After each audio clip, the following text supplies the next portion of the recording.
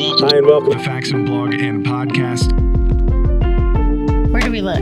Just at each other. Look, we got two look cameras. Look into my eyes, Jen. Yeah, just talk to very. What do I do with my hands? All right, this would be cool. The car ran real good.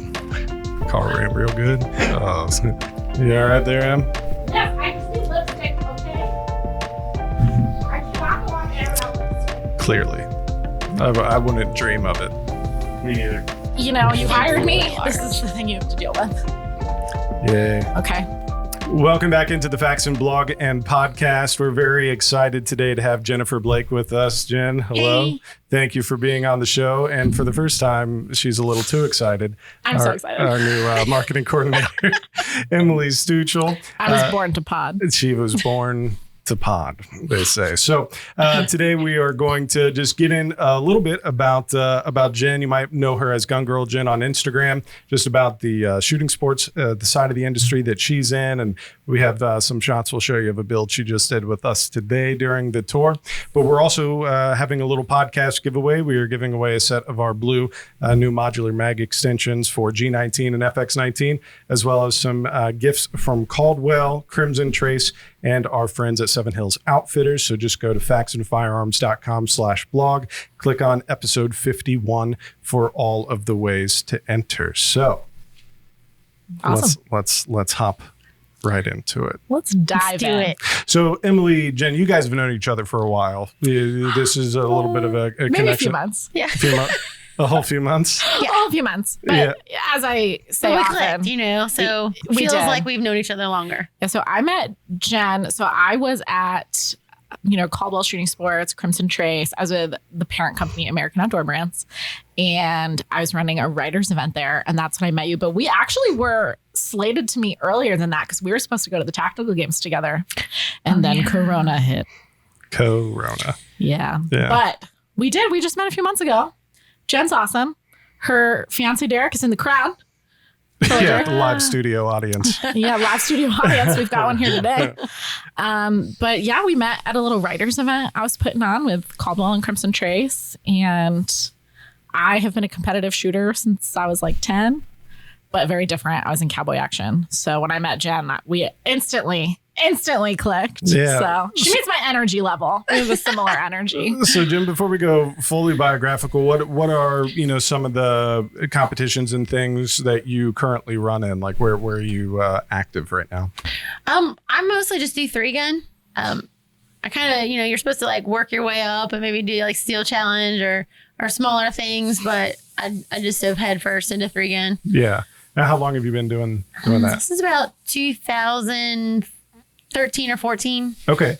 All right. Very good. So, one of the things that's just the ethos of Faxon Firearms is the fellowship of firearms. So we always like to know, like, how did you get started? Not even just competitive shooting, but how did you start getting into shooting sports? I started shooting. I used to hunt with my dad and grandma just here in Southern Ohio. And so I always loved firearms or just like going out in the backyard shooting. But I didn't know anybody that did any competition. I didn't even know how to sign up or, what guns or gear you were supposed to bring. And then when I first started, I took my concealed carry class. And then I was like, oh my gosh, I want to be an instructor. I want to talk about guns all day. So I started teaching concealed carry. And then just from there, I met the owner of Shoot Like a Girl. And at that time, she was just doing archery. And she would go around to shows with just like a 10x10 booth and, teach women to pull back a bow into like a big block target. And she ended up calling me. She was trying to like hand pick her instructors from all over the country. She was building a semi-trailer to travel and go to like Cabela's grand openings and deer and turkey expos. And women would come in and we've got military grade simulators like the Mega system. And so they would be able to shoot a pistol and a rifle, without any projectiles. So you like take away that fear that they have of firearms. And, it's like the next realest thing. And so we would set up in front of Cabela's and like invite them to come in and shoot for free. And, some of them would start to shoot and then they would be smiling and they'd be like, is it bad that I think this is fun? We're like, no, like guns don't have to be bad. Like you don't think guns are fun. Yeah. Is that why we're here? Is that allowed? They would put the gun out like they're shaking because like it was just like such a big deal because they had been raised, that guns are bad and like nobody should have guns and the world would be better without them. And so our goal was just kind of like whatever your goal is, maybe you you don't want to hunt animals. Maybe you don't even want to eat animals at all, or maybe you just want to get them at the grocery store, or maybe you want to put healthy food on the table for your kids and you do want to learn to hunt, or just protection, like you're home alone, or you're the one that's got to protect your family. Right. And so just having it in the home, or if you don't want to shoot anything at all, or you don't even think you could even use a firearm in self-defense, just having a gun and shooting at a target. Right. Putting holes in paper or ringing steel or knocking stuff down, like just for, stress relief. Right. So. And one of the things I like to ask, especially, with both of you here, both being female in the competitive shooting sports space and everything, is just, I'd love to hear your take on how you think, I want to say the culture around women in the shooting sports industry has changed, because I think, there's been, we could just tell from our sales and traffic numbers, this last year has been insane, as far as, sales to not only new gun owners, but female gun owners, a lot of them first timers, because I think there's a lot in the industry that gets a bad rep with women. I think it's all gun bunnies and, all that sort of stuff.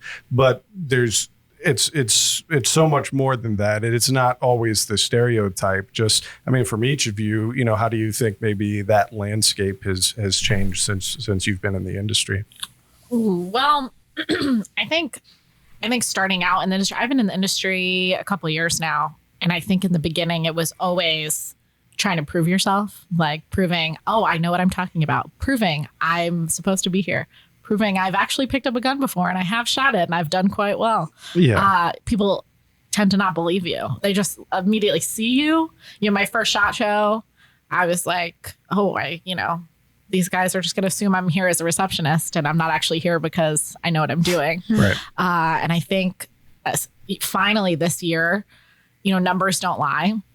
And I feel like throughout my time in the industry, it's been this constant, how do I prove myself? How do I prove women are a part of this? I've been in marketing meetings where we sit down and we're like, okay, we want to market to more women, but it never happens. Mm-hmm. And this year we're finally getting the numbers that support, okay, we should be marketing to women because look at the numbers, they don't lie. We're finally getting that statistic proof that yes, we're here. Mm-hmm. We exist in the industry in all sorts of capacities, whether we're just owning a firearm for self-defense or you're like me and Jen, we compete, we instruct. There's all different levels of female firearms owners, and we all are valid and deserve to be in this space. And I think firearms companies are finally seeing that. Yeah. And I'm not saying it's 100%. We're there. We're welcome in this space. This is where we belong. You still got people, of course, that are like, oh, girls in the industry, gun bunnies. Yeah. But I think we've made a lot of strides this year. What do you think, Jen? Yeah, I think it's starting to change. I know years ago, I would set up at the Ohio Deer and Turkey Expo in Columbus and have a booth just to promote my classes. And, people would walk up to the booth and they'd be like, so do you know, like, how much does your husband charge for the classes? Or how much? I'm like, it's like that TikTok. Don't look at him. Don't look at me. It's not going to help you. Exactly. It's not going to help you. Yeah. And I think we're just kind of like getting over that. It used to be a stereotype, like, guns and shooting it was a guy's sport. Yeah. And now there's so many wonderful female role models out there. Like our Olympics team, and just a lot of them crushing it right now. Yeah.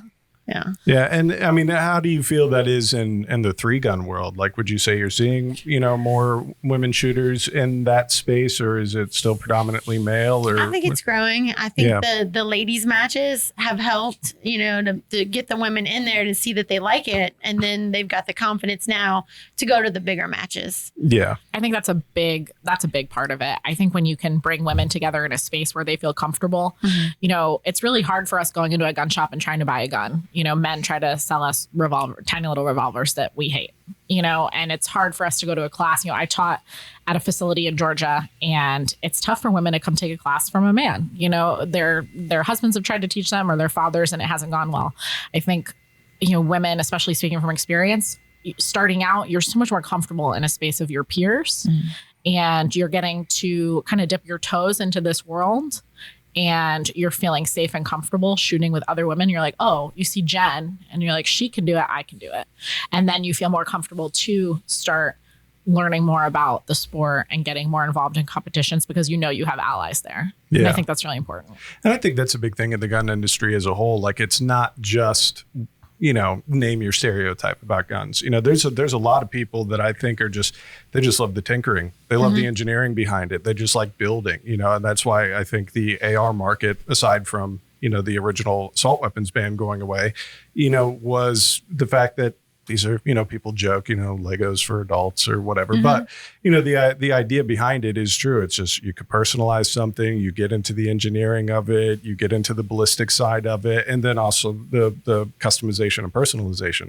There's like a whole other side that's like they're dedicated to lightweights. And there's this whole other side that's dedicated to, these things like the tactical games and doing all of these different defensive classes. And then you have the folks who are, in the competitive space. And like you said, all the way from cowboy action to 3-gun, like there's really a lot there, for people to take advantage of. It's not just hunting and it's not just doomsday preppers. Something for everybody. Yeah. Absolutely.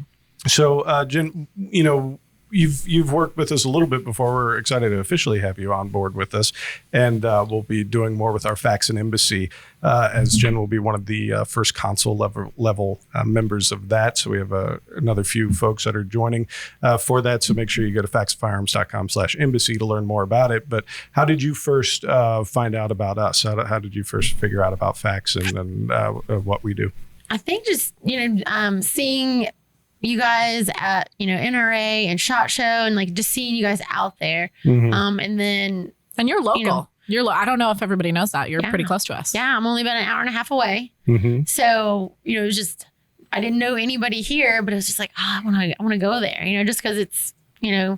We've got one in Ohio. So, and then Mike Dell, he was almost at every 3-gun match I ever shot. Yeah. And he's got your logo, huge and out there singing the Star Spangled Banner in front of everybody.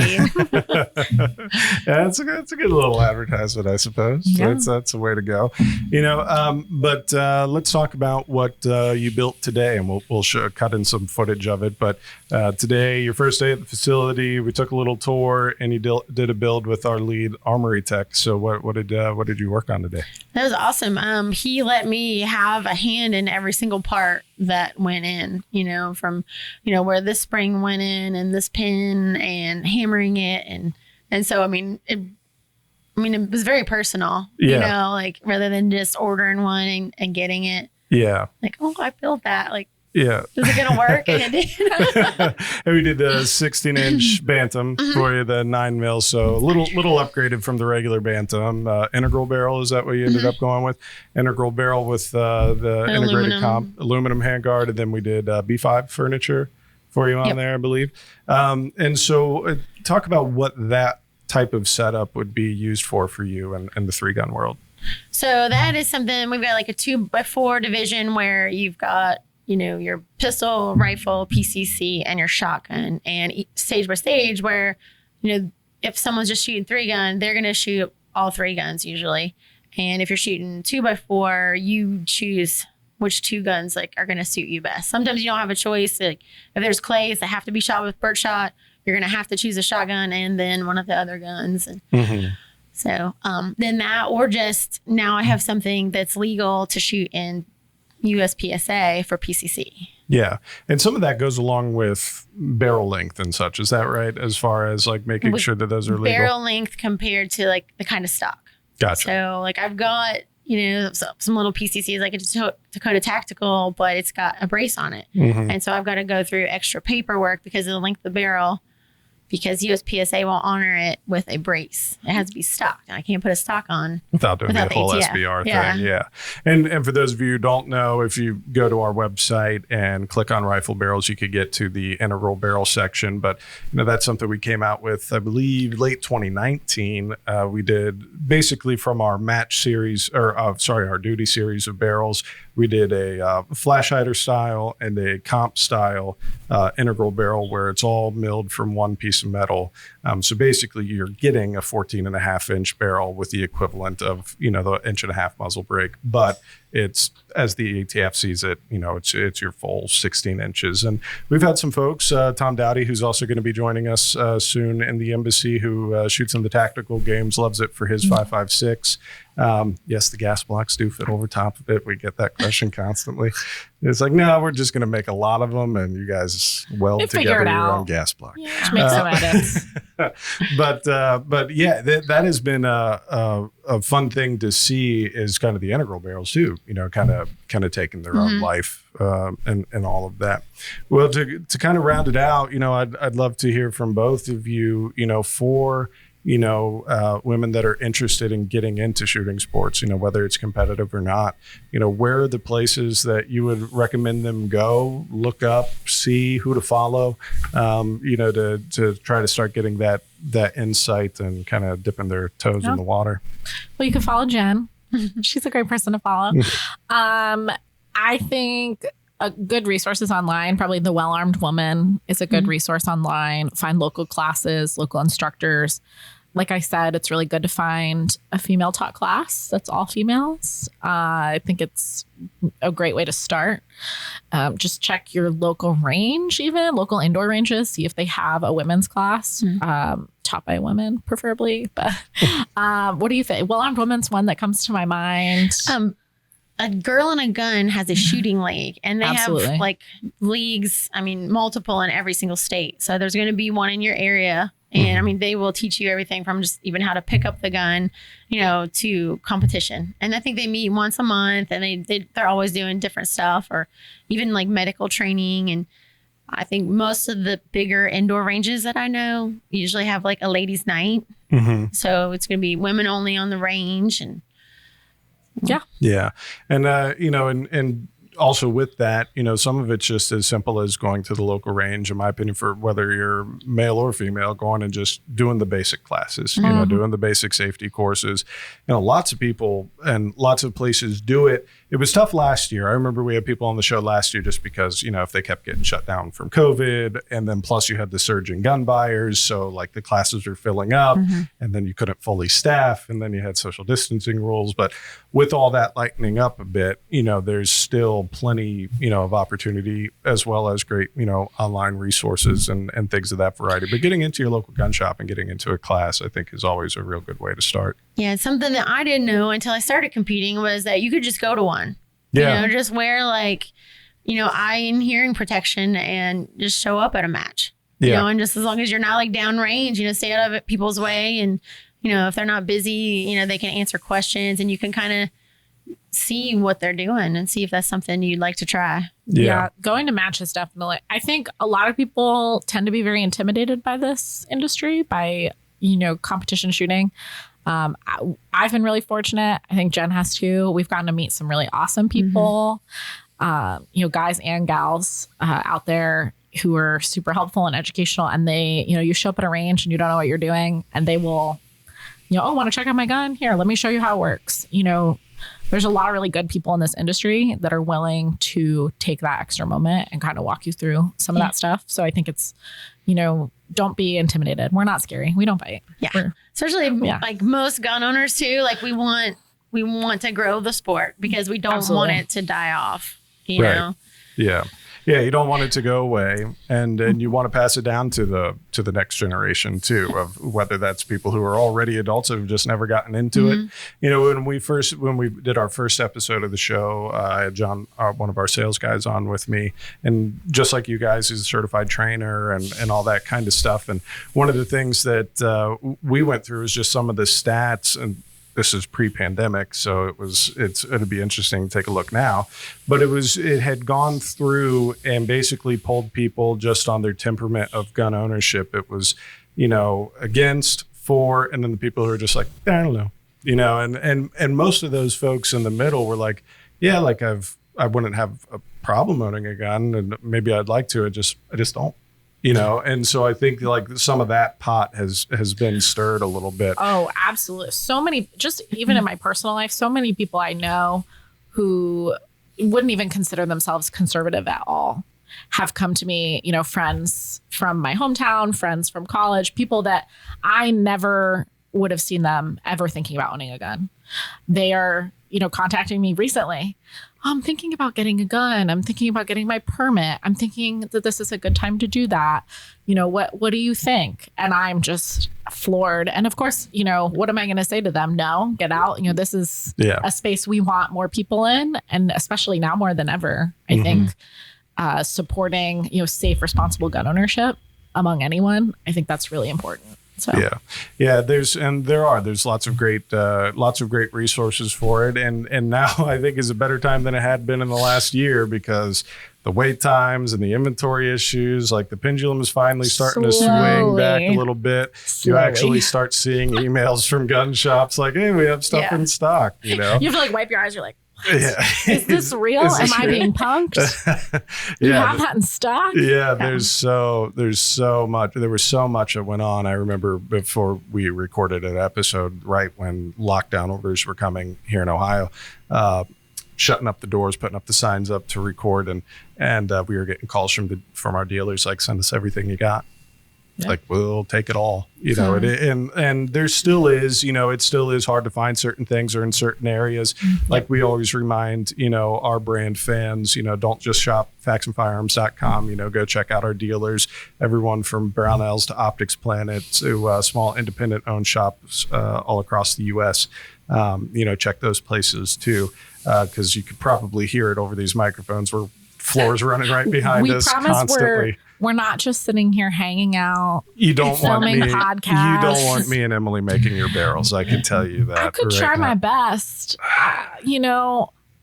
I see a lot of DMs and Instagram comments, and they're asking me why I'm not making barrels. And I'm like, I could go out there. I could go talk to them. I'm trying.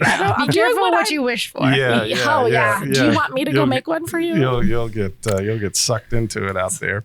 Well, Jen, if our audience wants to learn a little more about you before your landing page gets set up on the Firearms website, where could they learn more about you and what you're doing? Well, my Instagram is Gun Girl Jen, and YouTube is the same. I think my Facebook is just under like Shooter Jen Blake. Yeah. And do you have any competitions coming up? Has the calendar rolled back over for that? It starts in September. As soon as I can get away from like kayaking business. Yeah. So since it's Ohio, it's only 3 little short months. Yeah. But as soon as that's over, it's hard in the fall. Yeah. Very good. Well, we'll have links to all of that in the show notes. Again, go to faxonfirearms.com/blog and click on episode 51. And while you're there, don't forget to enter the giveaway. One lucky winner is going to get a knife from Seven Hills Outfitters. Some of our magazine extensions. I believe Emily picked out the blue. I picked blue. The blue I combo. was feeling blue modular today. But who knows? Maybe next podcast we'll pick something different. You're feeling blue, huh? Look like you're feeling blue. I'm feeling blue. There's some Caldwell hearing protection. It also gives from our friends at Crimson Trace. So again, faxonfirearms.com/blog and click on episode 51. Thank you so much for tuning in, and we'll see you next time. Hi and welcome to the Faxon blog and podcast.